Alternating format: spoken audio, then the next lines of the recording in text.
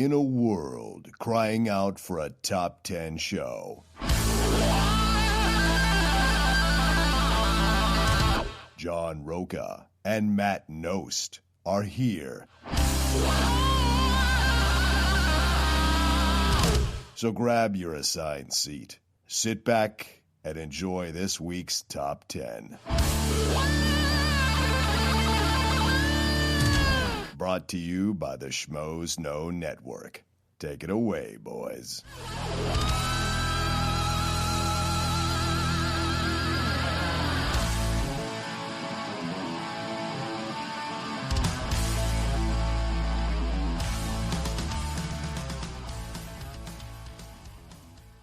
All right, welcome everybody to a recap and review of the Captain America film Civil War. This is the Top 10 Show podcast. I'm John Roca. I'm Matt Nost. And we haven't done one of these again. It's been a few weeks since we've done one of these, I would say, or did we do something recently? No, it's been longer than a few weeks. I think was Deadpool the last one? Ooh, might have been Deadpool. It's been a while. Yeah, no, it might have been Deadpool. Because, I mean, now we're getting into the summer movie season. Yeah. So these are probably going to be coming fairly regularly. Yeah. You know, X-Men comes out. Oh, we did Batman vs. Superman, right? That's right. Yeah. We did BVS. Yes. But, I mean, as the summer gets, as we get into progress into the summer more and more, and there's more movies that we're going to see between the two of us, you're going to be getting more and more of these. It's going to get hot and heavy. Yeah, there's going to be quite a few of these coming out. All right, so let's talk about it. What did you think? What were your ideas going in? All this kind of like what was your experience? A blank slate. I knew, the general gist of what was going to be going down, and that, Iron Man has an idea of where the Avengers should be going, right? And Captain America has an idea of where the Avengers should be going, right? And that's about all I knew. I didn't want to dive too deep. I never do on these. I'd rather be surprised in the film itself. Right. You hadn't read the comic book series that this run was based on. Yeah, a little bit here and there, but no, yeah. I never read the full series. Gotcha. Okay. What about you? I'd read the series, but it'd been so long.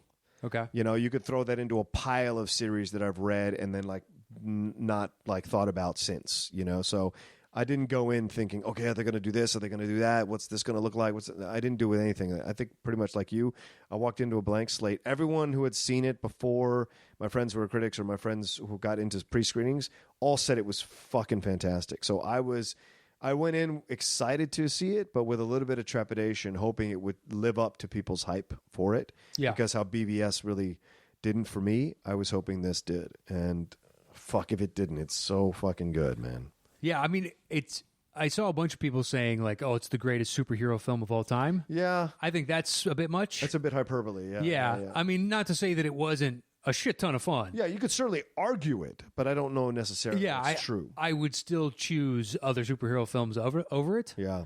But it was still great. There were so many little things in it that were just absolutely brilliant. And things, so spoiler alert for those that haven't seen it. Definitely. I don't know why you're listening right now if you haven't seen it. All we're going to do is spoil this movie. Yes. And actually, I'm going to go ahead and throw a spoiler in for Batman vs. Superman. Yeah, we're going to compare that too. We are, just because it's the most recent. And also, it did a couple things that but I know I fucking did not like. Yeah. And voiced my opinion on a recap in that. Yeah. Whereas in this one, they tacked and went the complete opposite direction and be like, this is all we've been asking for as fans. Exactly. And you guys heard that and went, that's what we should do. Yeah. Which is the introduction of new characters. Yes. Seeing that, I was like, that's brilliant, especially with Spider-Man. Yeah. And you compare and contrast that with Batman. Just like we know the backstories of both these characters. Right. 100%. The entire general populace. Yep.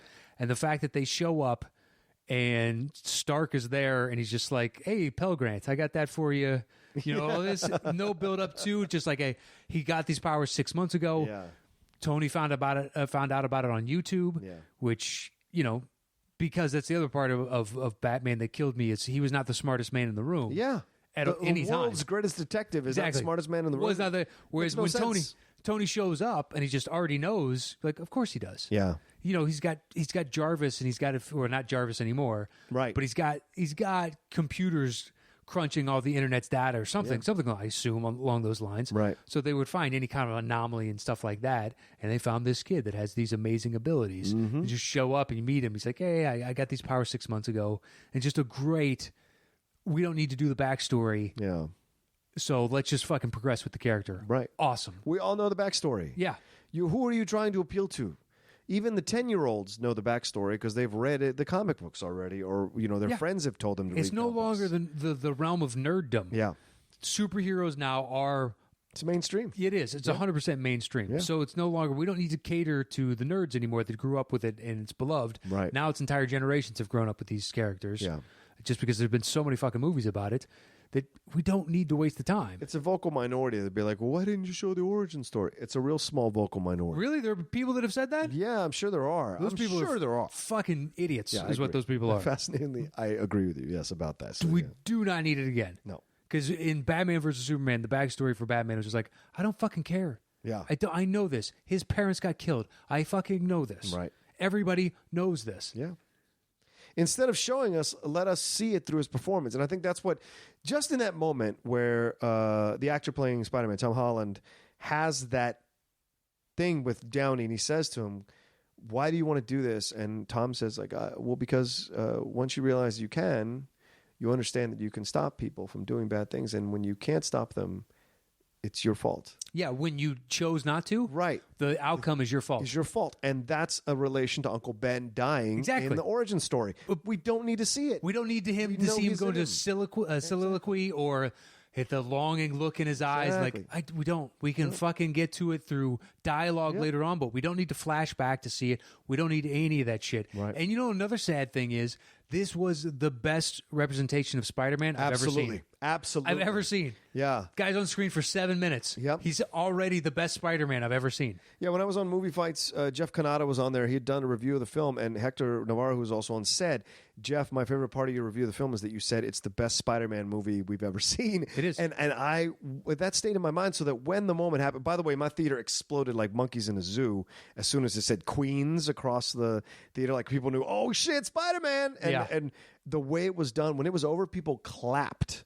When that whole sequence was over, the whole audience clapped, and it was because they'd been dying for a good Spider-Man, a real Spider-Man in film form, and this is the best one. At first, when they were like, we're going to go back to young teenager, I was like, oh fuck. And yeah, exactly. Oh, fuck. Now we're going to get all the angsty bullshit. And just to see this kid as I see, my nephews who are that age. Yep. Just like, yeah, it's a kid that he's confident and completely unconfident at all times. And you can see it in, his portrayal. Absolutely. And that fucking great scene with Stark and Aunt May. And the fact that they have to be like the ridiculously young, hot Aunt May. And just hey, audience, normally she's 20, 25 years older than this. At least it looks that way. Yeah. It's great. Yeah. But his interaction there, what grant, what grant was that? What did I? Oh, yeah, I did apply for, Right. Just both doing a terrible bullshitting job. Yeah. Getting through that. Oh, it's great. No, and it's great. And I found this out later, which made that scene even more great, is that Downey Jr. and Marissa dated for a little while in the 90s. Oh, I didn't know that. So there's a little bit of that element there between them, and they did 2 films together. So it's as a possible love interest, So to me, adds even more of this to the film, and could explore something more, because he's going to appear in Homecoming. Iron Man is going to be in the Spider-Man movie Homecoming, so it could add a whole other element, which is a joyful element. And that's the thing. Like, a lot of the DC people go, I say, oh, they were doing something different. You guys just like the Marvel stuff, and you buy into the Marvel stuff. It's got nothing to do with that. Marvel just tells a good story. They tell a great story. They get us involved. They, as you saw in the movie, they play the serious moments fucking serious. Yeah. And when there's moments for comedy, they play the comedy naturally. It doesn't always work in multiple Marvel films. Yes, absolutely. But it does in this one. It does really well.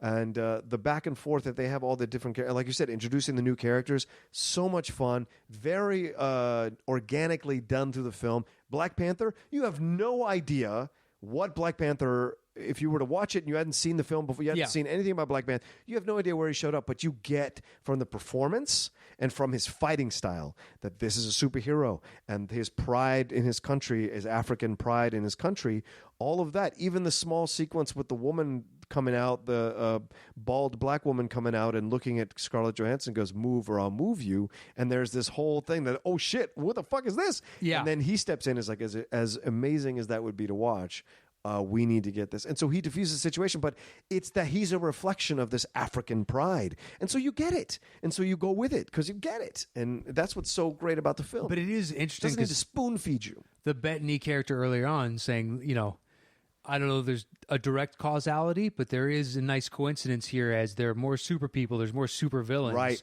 And like this Black Panther shows up and he's able to hold his own against anybody. As long as it's one-on-one, Yeah. you have a genuine belief of like, this guy could do some serious damage to any of these people. Nobody's above him. But there is this, how does this stop? Yeah. Like these people just keep coming out of the woodworks. Yeah. Eventually, it's there's got to be some sort of stifling of otherwise everybody's just going to turn into Right, which is the premise of the movie, right? The Downey wants to go with these accords because all of that is believable too. The way they do it, like the fact that they have that interaction with Crossbones and Scarlet Witch kills 11 people in Lagos. All of that is believable. That happens. It's collateral damage. See how it's done. That's like they take responsibility for it, as opposed to Batman vs Superman, where you have them going, "It's a great thing they're having the fight after 7 o'clock when everybody's gone home." It's financial district. Yeah. It's empty usually this time of night. You're like, no, it's not. It's all ridiculous, and there's a way to do it that's intelligent, and you can't excuse people doing unintelligently, and that's what makes me angry about the people who defend Batman vs Superman. Don't defend the stupidity. There is stupidity in the film. Stop fucking trying to say we need to be spoon-fed. Stop trying to fucking say that we don't get what they're going for. Fuck off. Stupidity is stupidity. Yeah, what they're going for is terrible. Yes. I don't even care because I didn't realize that there was that big It's of a fervent fan base that is like, you're being paid off by Marvel. It's fucking ridiculous. Well, but I've seen some people just flat out attack, like verbally go after, and you're like, dude, it's a fucking movie. Yeah. Like, why are you literally calling this other person a fucking pussy? Yeah. And saying all these disparaging things about his like a whole family. Yeah. Because he prefers a Marvel movie to a DC movie that you like. That's ridiculous. That's what I don't understand. When did it stop being possible to not like something? Like, you organically don't like something. That's how it works. That's movie. Movie's so subjective. Subjectivity of taste. Exactly. You can't force someone to fucking like a film. Like, that's just so ridiculous to me. It drives me nuts. Like, all the stuff that's going on, like, that went on with Harloff and with Grace Randolph and Campia and all these people. Like, I'm like, dude, it's just a fucking movie. Yeah. It's not, a fucking thing. It's I got bigger real. fish to fry in my life. Yeah. Yeah. And so, like, enjoy it, don't enjoy it, like it, don't like it. What the fuck does it matter? We're not arguing ISIS. We're not arguing motherfucking cancer drugs. Like, this is a movie, And so it just drives me nuts. But the joy of this movie is what superhero movies, why I love superhero movies. Nice segue back into it. Nice. You're a professional, John. That's what I like about you. I was waiting for it, too. I was like, he'll get back to it. You're really good about that. And just retacked, boom, right back on. It was great. Yeah, well, I can get going. I've learned myself to swing it back. But that's the joy of this movie. It's so much fun to watch, but doesn't reduce the stakes. The humor, the jokes, the interactions don't redues the stakes of what's happening. But there are points at which, like, the jokes fell flat for me. Oh, really? Like when Ant-Man goes large and Giant then Man?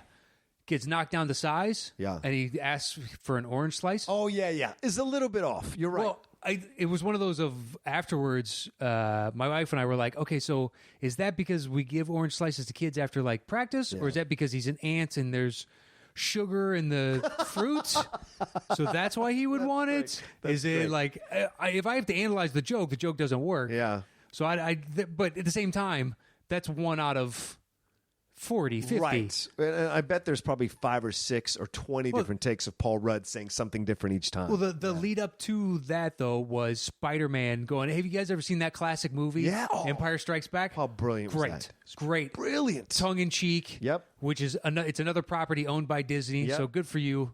Extra marketing for your own properties. Exactly. And it's topical because Force Awakens just came out, so Star Wars is back in the mainstream. Exactly. Yeah. But it's this timeline happens in a real world in the United States. So, of course, Star Wars is fake. We all exist in a world where that is a movie, and the fact that it's classic and they all get upset. Right. But it's a great joke. And it's intelligently done because it's Spider-Man who says it, who we saw in his bedroom. He has an old Apple from like fucking 19, whatever it first was made. Oh, yeah, that's... Right? He has one of It's those beyond an old Apple IIc. It's like right. the first... Yeah. Yeah, if you saw Jobs, it was basically the first one that he launches. Yeah, the Lisa or whatever it was. Yeah, exactly. So you see that. So you know, and he's like dumpster diving for a VCR player or a DVD player. So you get the idea. You didn't have to do that, man. Classic. I got 2 VCRs and 3 DVD players in my garage, which Spidey, if you're ever in the LA area, you can just have. I'm going to have to borrow that VCR player at some point. Go right ahead. I got a box of VHS tapes you're welcome to keep. Really? Too. Okay, Yeah. done. Yeah. I'm never going to watch them ever I've again. got 15 or 20 of them. I've recorded old stuff from back in the day when I would record programs and shit. And I would love to see what I recorded back then and see if they still hold up. But yeah, those kinds of things. So you get the idea that he's an old school guy. He loves the old school stuff. Everything retro is cool now. So why wouldn't he make the Empire Strikes Back reference? It makes sense. So you gave it to the right character. You know what I'm saying? And of course, what he's doing, spinning around with the web, is absolutely what they did to the AT-ATs in Empire Strikes Back. So on Hoth, not Bespin, you fucksticks. So yeah, I enjoyed that. One of my favorite things about the Cap series is because it wasn't a comic that I really read. Yeah, no, right. So I had no real attachment to it, but within the movie series, they've managed to do a bunch of interesting, cool little things from the comics that I do remember in ways that, like, when you see Iron Man fly and fire his pulsar lasers and whatnot, like, yeah, he did that in the comic, but to see Cap, like, in this movie, it's like in the last one, I can get to that later, but in this one, where it's early on in the action, and they're in, where are they, Mogadishu? Yeah, where are yeah, they? yeah. I can't remember what African country it is. In the beginning? Yeah. Lagos. Yeah. Lagos, okay. Yeah. But they're going to fight somebody, and he throws his shield, and they're in a small room, and it banks off 2 walls and gets the guy, and then it goes right back to him, and you're like, oh, he does so many of the different shield things. You'd be like, that is straight from the comics. Yes. It is awesome to see, a superhero just walk in and be like, bing, bing, bing, and just keep running, and in no way does it look stupid. It looks real. Yeah. And in the Cap series, they've managed to do that more and more and more. Like in the last one where he's parachuting out, or he jumps out of the plane, but he doesn't have a parachute, and he just jackknifes into the water. Yeah. Because that's what he did in the comics. Yep. And I fucking loved it. I think that was in the last, or was that the last Winter Avengers? Soldier. Or was it Winter Soldier? Yeah, he jumps out like that, yeah. But all those things where it's just like, man, you know what? For whatever reason, they just get that so well. But to see Ant-Man go to the large. Yeah. Like, oh, my God. Was so excellent. The lead up to him, be like, I've tried this in the lab a couple times, but Right. I remember the first time I saw that in the comic, and I was like, holy shit, if they fucking did for this, that was a nerd-gasm, I guess, on some level for me. Absolutely. Oh, it's just so great to see. Yeah, people went nuts for that, too, when he became Giant Man. People were like, oh, fucking shit. It's so great to see it opening night with a bunch of people because everything is like, oh, man, this is amazing. And so that whole thing, but the story for me is what is really the central point of the movie. Like the story works, it makes sense, it's organic. The allegiance changes make sense.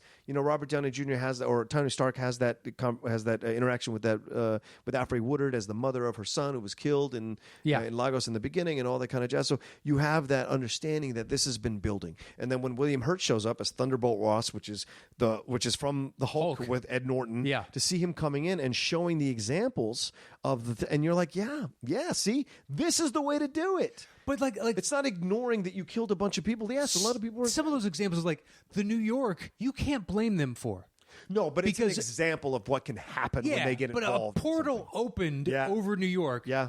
And you guys, your response was to throw a nuclear bomb at it, which would have done way more damage. Yeah, exactly. So you can go fuck yourselves. Right. And then in the Eastern European country, technically, because they don't ever say whether or not they realize the Avengers created Ultron, whether or not, Tony Stark basically created this monster. They never allude to that. They just talk about how the city rose up out of the ground, and then eventually they just took it out and it fell to the earth. Sokovia, Yeah, Sokovia.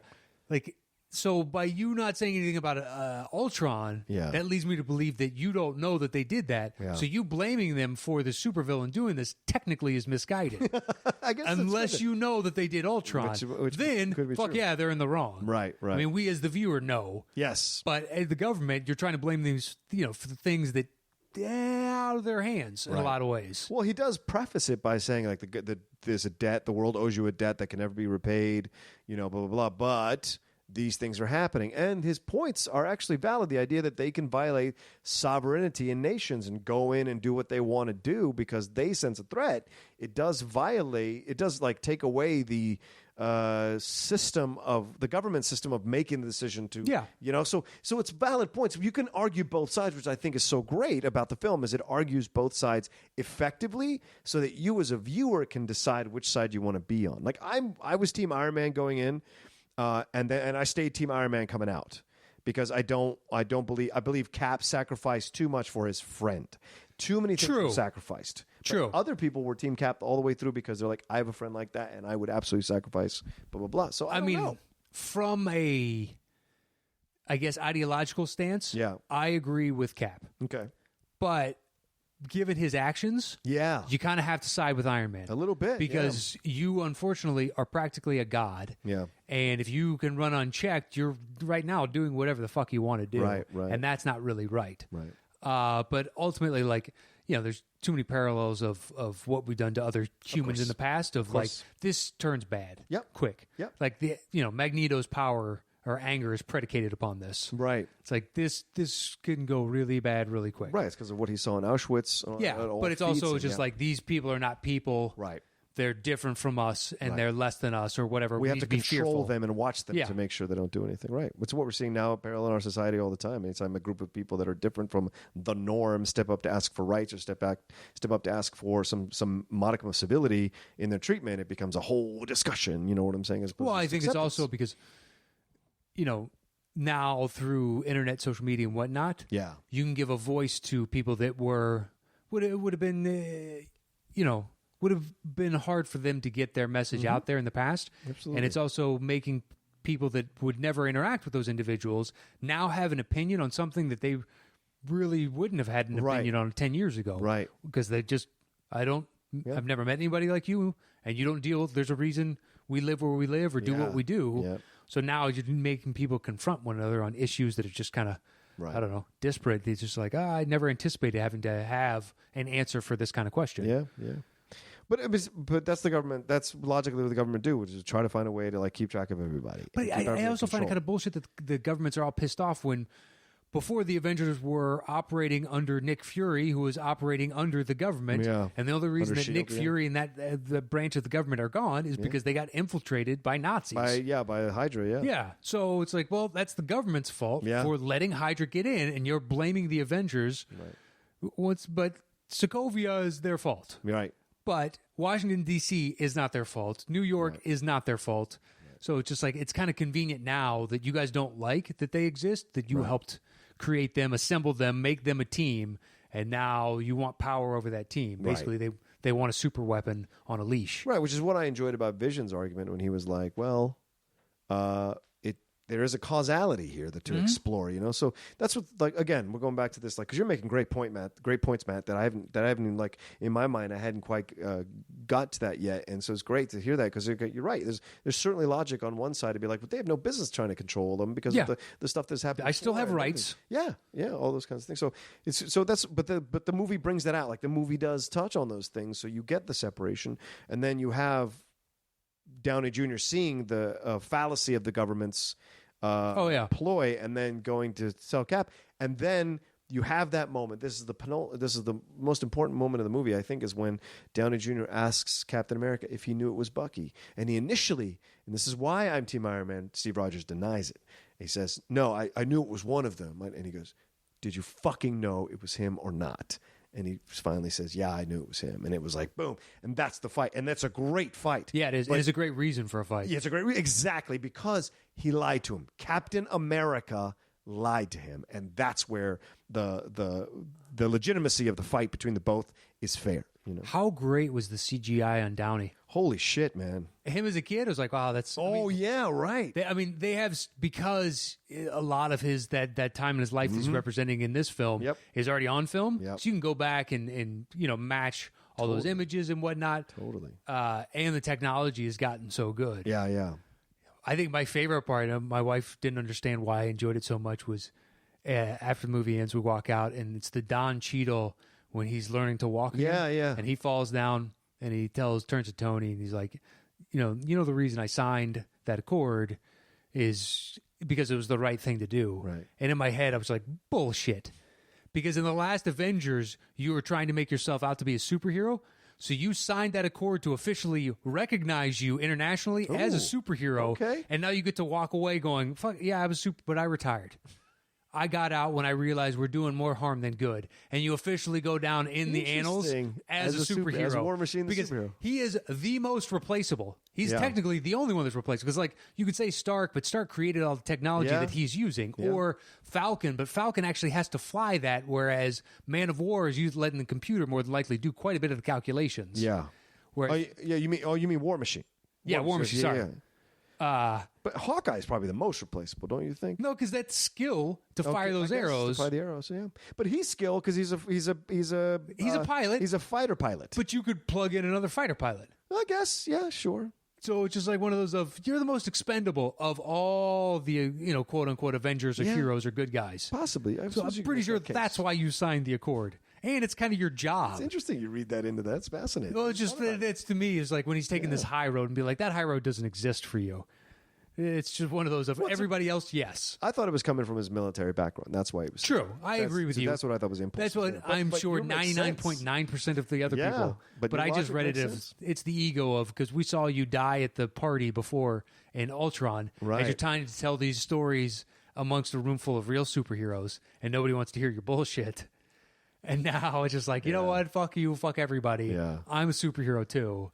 But then they give him the Stank line, which is brilliant. With Stan Lee, when he's like Tony Stank, that is brilliant. Yeah, and so it was great. I mean, I don't know. It's so good. I went back the next day. I can count on my one hand the amount of times I've gone back and seen a film the next day. That's that AMC pass working wonders for you. Yeah, it really did. Yeah, because I paid for the first night, and then I was like the next day I'm like, oh fuck it. You paid for it? They did not let you use the thing? No, because we went to the ArcLight. It doesn't work at the ArcLight. Oh yeah, to get the assigned seat. Yeah, my friends buy the tickets and then we pay them because it was 30 of us that went that night. So we always roll deep. So it's like, okay, one person organizes or two people organize. We just have to give them the money and then do a seat assignments. Yeah. So they shell out like $5,000 on tickets. They're executives. So they have money. So then we all bring $17 or whatever to the theater, pay them, and then we go in and watch the movie. And so the next day we were going to go see with my friend Shannon. We were going to go see Keanu. And he's like, dude, I totally want to see Keanu. I'm excited to see Keanu. But I kind of want to fucking go to Civil War. And we're having a beer at the brewery. And I was like, fuck it, let's go. We got the movie pass and we went. And it's like, but if I didn't have the desire to go, even with the AMC movie pass, I wouldn't have gone. Yeah. But the desire to see it again, to really savor it again, was so much fun, And so, yeah, that's what I would say. I can't recommend the film enough. I don't know how you feel about it. I mean, obviously, it's an excellent superhero film. Yeah. Do I think it's the greatest of all time that, a number of people have said, and like, I saw a screen cap of Kevin Smith when he saw it early, and he's like, the greatest screen. I was like, going into it, I was like, wow, this thing had better be, stellar. Yeah. I wouldn't go that far, but, it's interesting. There's so many superhero films that keep coming out and coming out and coming out. We're going to have to readdress our top superhero films eventually. At some point. Well, we might have that opportunity. Yeah, that's true. Well, I think even regardless of that, it's one of those of, I think we can redo this because there's been enough now where this probably makes the list. Deadpool definitely makes my list. Yes. So it's a discussion of, okay, what goes off? What goes on? Do we reorder the top? Yeah, absolutely. Yeah. I think that's fair. I mean, look, we have so many more superhero films coming out that we can still wait. Maybe we should wait till after Doctor Strange because we have... Yeah, it's not until November. Because we have X-Men coming out, which is already getting it's already getting crapped on. And then not surprised. Suicide Squad. The early buzz on that is it's a piece of shit. Yes, that's true. I heard that too. I saw that on the fringes of the internet. I'm seeing. Look, I just don't people buy. Have seen it. Yeah, DC. saying it's a mess.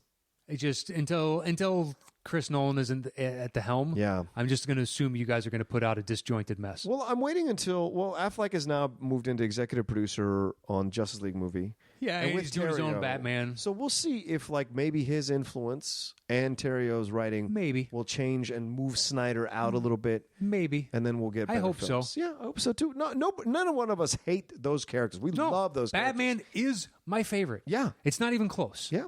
Like, there's a bunch of others that are great, and I love them and all that, but Batman is hands down my favorite. Yeah, DC's a great universe, and there's so much to explore here. We just want to see it done right. That's all.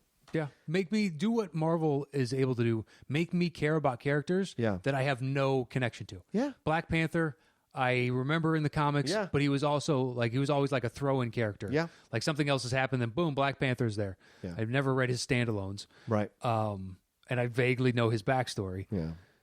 But boom, guy shows up, like him. Yeah. Great performance. Yeah. Great presence. Okay, sure. Did you have an issue with the villain? I didn't have an issue with the villain. Did you? No, I thought that, some people are saying like, he was weak or whatnot, but I found his motivations to be pretty pure, and he was severely effective. Yeah. He managed to get the Avengers to tear themselves apart. Mm-hmm. It's pretty impressive. And almost kill himself. Yeah. And cause a little bit of peace for the Black Panther character, because he stopped him from killing himself because he said, "I'm not going to be consumed by vengeance anymore." Yeah, so he's turned like all back. these other people, right? Exactly. So it's like it's the better part, and I think that's what the part he's going to serve in the Avengers. He's going to be the conscience of the Avengers. Black Panther is, because he's got the power and strength to use his power and strength, but choose when to do it wisely. Yeah. And I think that's going to be effective, because everyone else has gone off and done their things and whatever, and no one else could really stop Tony or has that gravitas to stop Tony or stop Captain America. And I think Black Panther's really positioned to do that, Yeah, especially after seeing this movie. Yes.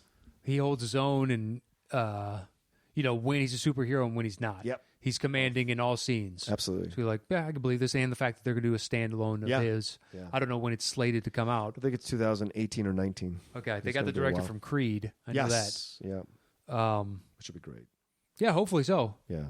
Looking forward to it. And I'm sure Captain will be part of it, because now that Bucky is in Wakanda, frozen in Wakanda, then he's going to... Yeah, I only know Cap. I only know Black Panther through Cap. Yeah. It was always Cap was doing something, That's Black right. Panther shows up. That's right. So I have to assume Captain America shows up for that. But if it's 2018, it's like, as much as Robert Downey Jr. is like, look, there's a finite number of these I got left in the tank, I got to assume Chris Evans. Oh, here's another one. Do you think, because Chris Evans seems like a good guy. Yeah. Like his interviews and whatnot, seems like as normal as you can be for being that famous. Yeah. I really hope his friends were on the set and just mercilessly breaking his balls on the helicopter scene when he is flexing to hold it. Oh my God. Because he's holding it, and then he switches to Adonis pose. So great. It's just like, I was like, dude, I hope your friends are off screen as soon as he goes cut, and be like, you pussy.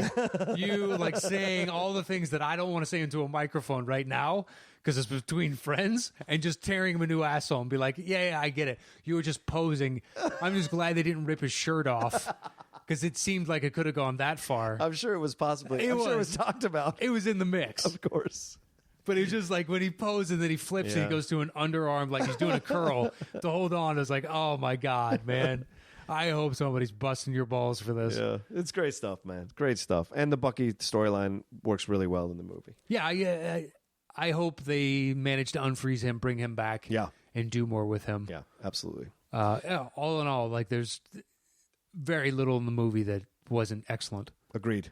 Absolutely agreed. Yeah, if you haven't seen it, you shouldn't have been listening this entire time. Not at all. What are you doing? Yeah, it's just because we ruined a nice chunk of the movie for you. If you're in a foreign country and you haven't seen it, what have you listened to this entire podcast for? What is wrong with you? But thank you for the download. Yeah, once again, and listen on YouTube and everything else. That's right. Thanks, guys, for listening to us. That's the recap and review of Captain America Civil War. Please follow us at Top 10 Show on Twitter, at Top 10 Podcast on Instagram. Follow Matt at Matt Nost. Follow me at The Roca Says. Like our Facebook page. Leave us comments on iTunes. Rate us on iTunes. Those kinds of things. We still appreciate that. Yeah, if you want to participate in Thunderdome, which is basically just a head-to-head matchup every week, we do of just two random movies. We try and make them even. You can only vote on the Facebook page, so it's facebook.com/the Top 10 Podcast, and that's with the number 10. Yeah. So just find us there, and if you want to email the show, it's Top 10 Podcast, all spelled out, as opposed to the number this time. Top 10 Podcast at Gmail. Right. All right. Thanks for listening, everybody.